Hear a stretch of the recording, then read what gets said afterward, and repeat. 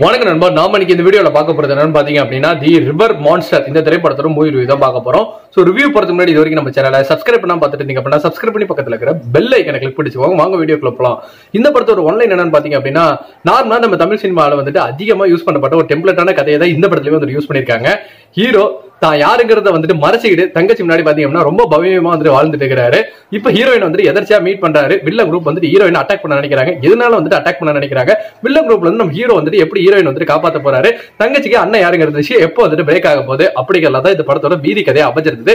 என்ன இந்த படத்துல எல்லாருக்குமே வந்து பாத்தீங்க அப்படின்னா ஒவ்வொரு பவர் ஒன்று இருக்கு. சோ இதெல்லாம் வந்துட்டு பாத்தீங்க அப்படின்னா பேக் ஸ்டோரியில நம்ம வந்து டானா காட்டுவோம் இல்லையா? ஆனா இந்த இடத்துல எல்லாருக்குமே வந்துட்டு ஒரு பவர் இருக்கு. அதை வந்துட்டு வந்து பாத்தீங்க அப்படின்னா இந்த படம் பார்க்கும்போது நீங்களே வந்து தெரிஞ்சுப்பீங்க. இந்த படத்துல என்ன நல்லா இருந்துச்சு நல்லா இல்லைங்கிறத பார்த்துருவோம். ஃபர்ஸ்ட் வந்து பாத்தீங்கன்னா இந்த படத்துல இருக்கிற எல்லா கேரக்டரும் ஹீரோ தங்கச்சி கேரக்டர், ஹீரோயின், அவங்களுக்கு வர தாத்தா, அந்த சைடு பாத்தீங்கன்னா வில்லனோட கேரக்டர், வில்லன் அந்த அடியாள்கள், சோ எல்லாருமே வந்து பாத்தீங்கன்னா ரொம்ப டிஃபரெண்டா இருந்தாங்க. படம் பார்க்கும் போதே நமக்கே வந்துட்டு ஒரு நல்ல ஒரு ஃபீல் வந்து கொடுத்திருந்தது. படத்தோட சிஜி ஒர்க்கு டெக்னிக்கலா வந்துட்டு படம் நல்லா ஸ்ட்ராங்காவே இருந்ததுன்னு சொல்லலாம். கொஞ்சம் வந்து பாத்தீங்க அப்படின்னா கொஞ்சம் விட்டுருந்தாங்கன்னா இந்த ஹிந்தி டப்பிங் சீரியல் மாதிரி வந்துட்டு ஆயிருக்கும். பட் அந்த அளவுக்கு வந்துட்டு போகாம வந்து ஒரு ரெண்டு கூட அந்த மான்ஸ்டர் ஷாட் அப்படிங்கிறது பரவாயில்லையா வந்துட்டு அமைஞ்சிருந்தது.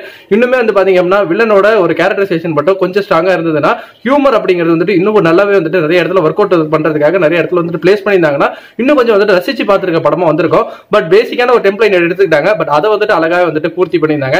ஹீரோ வந்துட்டு பாத்தீங்க அப்படின்னா ஒரு சமயத்துல அந்த வால் வந்துட்டு எப்படா பயன்படுத்துவாருன்னு வந்துட்டு நமக்கே வெயிட் பண்ணிட்டு இருப்போம்.